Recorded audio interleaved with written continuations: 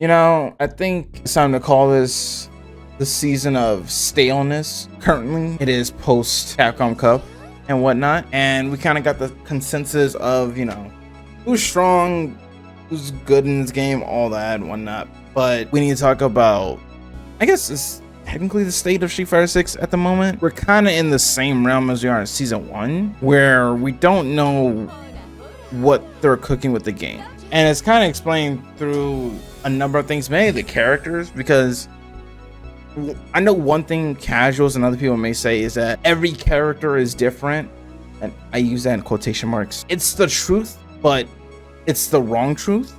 And I know that sounds weird, but you guys, let me explain. So basically, for example, right, let's say I pick Juri, right? I could pick Juri, you know, I'm chilling, playing neutral and stuff like that, and then I do this. All right, let's get it. I engage offense. Or, all right, we're playing neutral, we're playing buttons, let's see what happens. I got 6 bars, all right, let's get it. Oh, guess what? Corner, up, guess what? Let's get it. Oh boy, Street Fighter 6. She's different than Rashid and stuff like that, you know? It's not too crazy, you know? Rashid got Cyclone, he got different firewalls and stuff like that, he got different buttons. Up, up, let's go. Let's get it. I think people are getting kind of stale, especially like high level play. It's kind of getting a bit boring and repetitive. Like, while the characters are unique, at the end game, we're all doing the same thing. And I know that casuals are like, no, you're wrong. I play differently. Everyone plays differently. I'm like, yes, everyone can play neutral differently. I mean, for example, with the Juri players, right? I'll be more aggressive. I may be hitting like more buttons and stuff like that. He'll be just patient and stuff, whatnot. But at times, and this is like 70 to 80% of the time in games, you could sometimes give you different clips of a player, and I could be like, all right, who do you think this is? And, you know, I'll put on the colors, that way the color is always the same with the character too, so you won't know by the color. And if you guess wrong, I'm like, nah, sorry. And you're like, what? It's like, yeah, he does that too. Everyone does it. And I think with season 3 coming on the corner, hopefully with Elena, we don't know yet, we definitely need to shake it up, add some spice, add some flavor, you know, them 12 or 11 herbs and spices type stuff. Right now, we ain't getting none of that, because I'll be honest with you, this game at times shows your unique type of, like, how you want to play defense, offense, stuff like that. It shows it at time, don't get me wrong, because there's people that parry differently, there's people that, you know, jump at, like all the time, or people that'll touch you with DI. But if we kind of keep seeing the same thing, where it's like, all right, I know you're gonna low forward drive rush, or I know that you're below 3 bars, you're gonna just do this a lot and just wait, and then everyone has the same general game plan. It's kind of like no one really has uniqueness, like, overall. Everyone's gonna play the same because that's what works, and then, you know, there's nothing really else to it. There are a few special cases with this, like with Noah, because Noah, you know, he kind of has his own type of play style. I mean, he'll burn himself out before he burns you out, but he has confidence in himself, which makes sense. While that is a case of special cases, like, doing that, at the end of the day, Noah is still doing what's good, which is low forward drive rush or raw drive rush. It's kind of get annoying after 2 years. Actually, yeah, I think we're approaching like the end of the 2nd year soon. It kind of gets annoying so much to the point where, like, if you do button into drive rush, it'll freeze the opponent's meter, not take away with it, or, you know, holding back restricts your meter, like holding back too much restricts your meter or something. And, like, we so need something, because even though you could say, like, oh, there are so many characters at Capcom Cup, if you think about how many characters have the general game plan, which is, for example, Juri and Mai kind of have the same things where, like, they annoy you with fireballs and they poke at you a lot, albeit Mai's a little bit more, you know, more heavy on that. It's more or less getting to the same endpoint where we're gonna look for drivers, we're gonna do this, we're gonna try and burn your meter, we're gonna take the corner, throw a loop, you make you guess, GG's, shake my hand. Or Ken and Rio time trying to fireball and drive rush full screen or something like that. Or Gal and Ken, for example, are doing, I think, light fireball, drive rush. You know, you can't jump, you gotta hold that. Then the throw loops happen, which is still one of the most craziest things. Speaking of throw loops, I want to show you guys something. Welcome to Capcom Cup 11, where there's a throw loop compilation. This is Capcom Cup. This is Street Fighter 6. Before we even get to it, let's analyze Hot Dog, bro. Look, 1 throw, okay. 2 throws, okay. 3 throws. You see my man's head? Bro, Yo, let's get it. Let's get it. Let's get it. Let's get it. Bro. Let's get it. Let's get it. Let's get it. No? This is Street Fighter 6. The risk reward, because people say, yo, this is me. I thought he wasn't gonna do it. I thought he wasn't gonna do it. You know, it's crazy. Stop acting like it happens every round. It does happen every round. The throw loop happens literally every round. You're gonna get thrown at least twice in a row. You think you're gonna take the risk on someone and try and be like, oh, there's no way he'll throw again. And plus, a risk reward on you taking a throw versus not taking a throw is very likely that you'll take the throw. You'll take 1200 damage over, shoot, potential Marissa damage. What is it? Bison damage.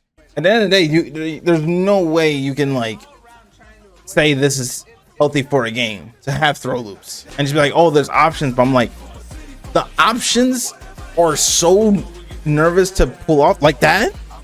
If he had pulled that any of this situation, it does not matter. Or if I throw twice and I do nothing, he's dead. It's like, does he really want to gamble on that? I'm not gonna die.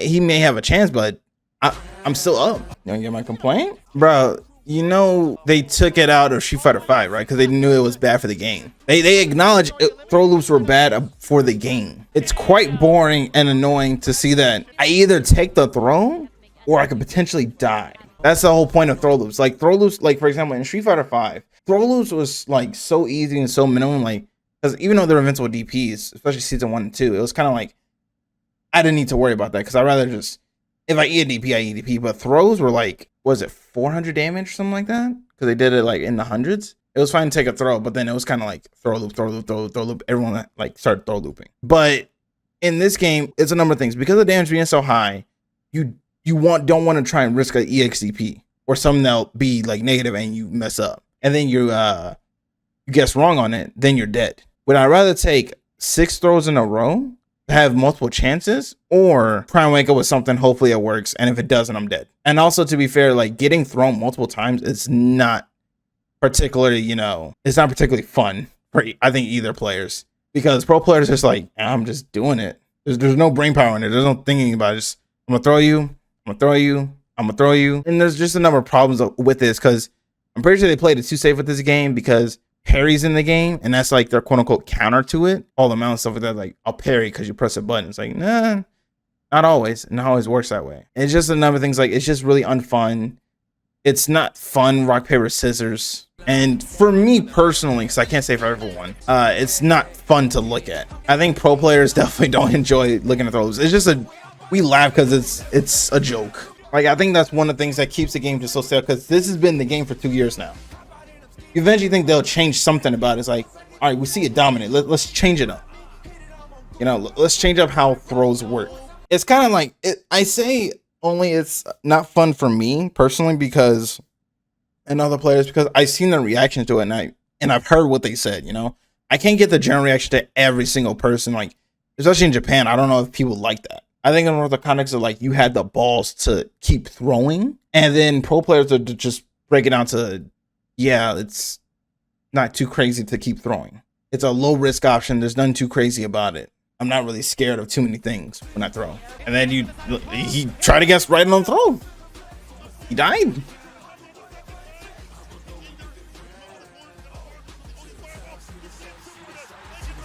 And this is how Street Fighter 6 ended on this year in Capcom Cup. Pop, pop. Pop, pop. Pop, pop.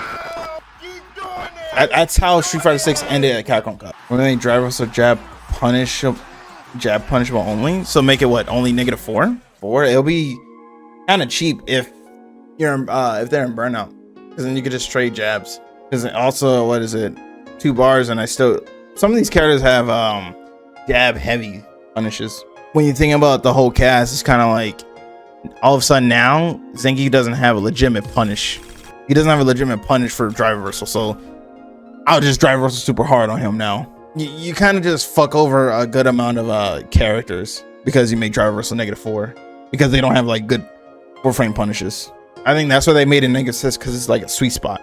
-6 is that it's -2 when they're burnt out, but if they're not burnt out, you can still get like a decent punish. That's the thing. I think that's why it's tricky to change things about this game, and they played it way too safe with what things they do. Regenerating meter is iffy to go about it because, you know, you could mess it up kind of easily. And I think at times in this game, it shows that it's messed up. It's very flawed because if I know that, for example, especially with Juri, let's say for example, Juri, right? And I do this, I'm just gonna wait till my meter regens. I'm not gonna do anything else. Maybe I'll like, you know, do a poke here and there. Like maybe I'll just like, you know, do this. After this, I'm backing up. I don't do anything. Let me just get my meter back. You know what I'm saying? It's one of the things where like a number of things in this game, they feel like they played too safe. And I think they're kind of scared of, you know, adjusting things. And that's what happens when people kind of don't want to mess with your game as much. If I have the same fruit for 5 years, right? For example, if I have the same fruit, if I have an apple every day, for 5 years straight, it's gonna kind of get boring, you know? Same thing like if you have white rice every day or something like that, or if you have like chicken nuggets, it's gonna get stale and you're kind of like, I want something else. And I just want them to change something about the game. For example, maybe all of a sudden normals, they don't trip your drive gauge as much, or like they don't chip it, they freeze the drive gauge, and maybe based on the normal, it freezes it for a little extra amount of time unless you move forward. You know, that will be nice. Maybe they change a parry so now you can't block afterwards. It's something to like give you like, okay, they're changing the mechanics, they're changing how the game works. You know, we're pushing on to the new game in the year. You know what I'm saying? Would I just fix a throw loop then? I would have just parried and I was just give them spacing where like you have to drive rush with it. Because the funny thing is that they nerfed Juri's throw loop from the beta, but then they didn't do it to no one else. Greatest anomalies I've ever seen. Literally in the beta, her throw was like Ken. She was really up close to you. It was right there. Then they nerfed it to this, and we're like, oh, okay, they nerfed throw loop. Okay, it makes sense. Now she still had it, but at least it's, you know, it's a dash, it's a commitment. Then we saw everyone else had the same throw loop, and we're like, so why was hers adjusted? You know, obviously the patch is gonna have changes to the character and stuff, but I think having the mechanics act differently or a little bit adjusted would help out tremendously. Because then they'll be like, okay, you're paying attention to the fact that you want your player base to continue, you know, elevating. You want us to continue playing your game. You want us to do that. You know, it's just something to get the drive going. Because right now at this point, I would say if you've been playing the game for like since it's a launch, and you told me like, yo, I'm kind of bored of the game, I could believe you. I legitimately could, because mine, for example, is almost like the epitome wrong of everything with this game. Everything wrong with the game in a nutshell. Fast drive rush, EX fan that you have to respect, and then that forces you to do something. It forces you. It doesn't. There's no like, you don't have to do anything necessarily. It forces you. Either you're gonna parry, you're gonna, what is it? Wake up something. You're gonna try and, you know, throw her. You're gonna try and do something. And then also she takes you to corner super easily. She's got some nice damage. She has level 1. It's just like everything wrong with the game of what you don't want to have happen is in my. It's like this. That dry rush. All right, cool. He's in the corner. It's just a number of things wrong when my is happening, because it's kind of like, what are you going to do about that? You know, the game is definitely in a state where people know their mains, people know what people are going to do, and it's like, I want to stop them. Do I not want to stop them? How do I approach this? What do I do about that? You know, it's always something you gotta be forced to understand that, like, yeah, this is how it is. But I'm hopeful, you know, I'm not as hopeful as other players. The ones where I'm just like, I believe they can make something happen. I want them to make something happen because I want definitely this game to be even more popular. Because if we can reach potentially, like, you know, not to say League of Legends number, maybe like, you know, other numbers, like other high numbers, because we've reached the top before at times and people have like looked at it and we're like, okay, yeah, it makes sense. If we can go there like all the time consistently, it would be nice. Because right now we're in the kind of training season of season 2, or the end of it. I'm just letting you know that if Elena comes out and, you know, she does all of a sudden this, and then she can throw loop you, and we're all just like, if you hear that from, you know, pro players, like, what do you think about it? Like, I think she may be the same as so-and-so, and then the patch comes out and it's not any different. We're just Capcom has had like, they've had consistencies where season 3 has been like their trump card. Like, for example, this is Street Fighter 5. I'm hoping for, like, maybe a trailer of this and then gameplay, because I'm like, okay, hell yeah, let's get it. Because the game has so much hope. The game has so much like potential to be more. I think they need to stop playing safe and they need to take a risk. Also, here's one thing I will say though.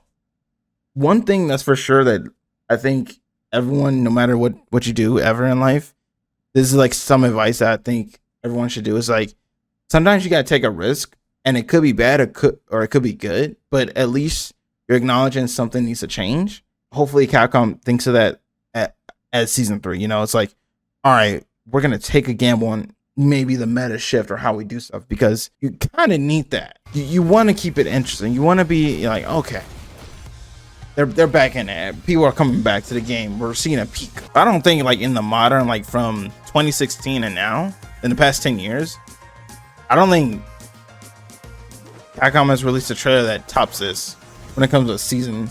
Nah, Street Fighter Cross second trailers are good. Street Fighter Cross second trailers are up there, because those had like storylines and shit. But yeah, that's what I think of, like, you know, the staleness of Street Fighter 6. Because, man, I'm hopeful. I'm thinking it's gonna work. It's gonna happen soon. You know, I just believe. You know, I'm a hopeful guy. I think they can cook something up with this where they can create cool trailers and have it different, instead of, you know, you'll have your people like IDOM who will complain that everyone's doing the same thing, and we'll have like people like say, you know, that it actually is different.